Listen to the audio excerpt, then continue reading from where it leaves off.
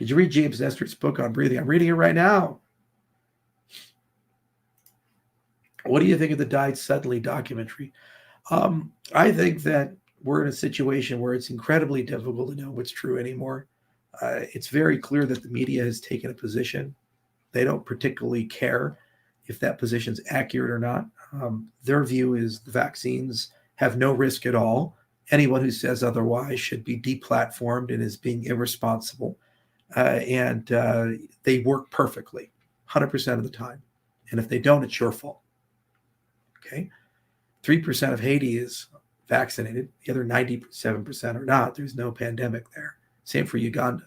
The WHO says, well, obviously we need to vaccinate them. That's the response we should have. Then you have in China XBB.1.5 spreading like wildfire, and they say like 10 million people could die from it. But they have a 92% vaccination rate. So something just doesn't make sense in the data if they're preventing the spread and they actually behave like proper vaccines do. So there's more to the story there. Problem is, it's just damn near impossible to get good information because everybody's terrified to comment or publish. They're afraid they'll lose their funding, their medical license. State of California, they passed a law that basically said if you don't agree with the orthodoxy, whatever it is, you'll be stripped of your right to practice medicine. You know, it's not informed consent. It's a violation of fundamental medical ethics when you prevent a patient from knowing the potential downsides and risks of a treatment. When you go, they say, I'm going to do this spinal surgery.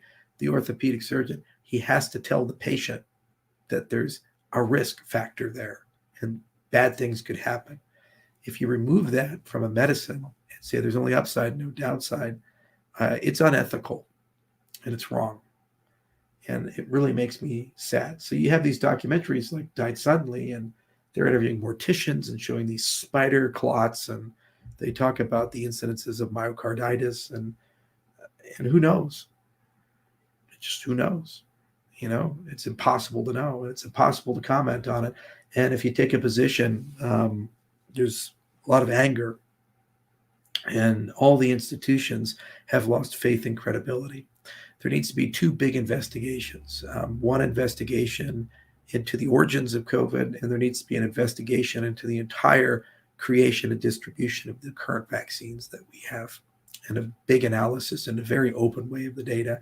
And then at least we have something.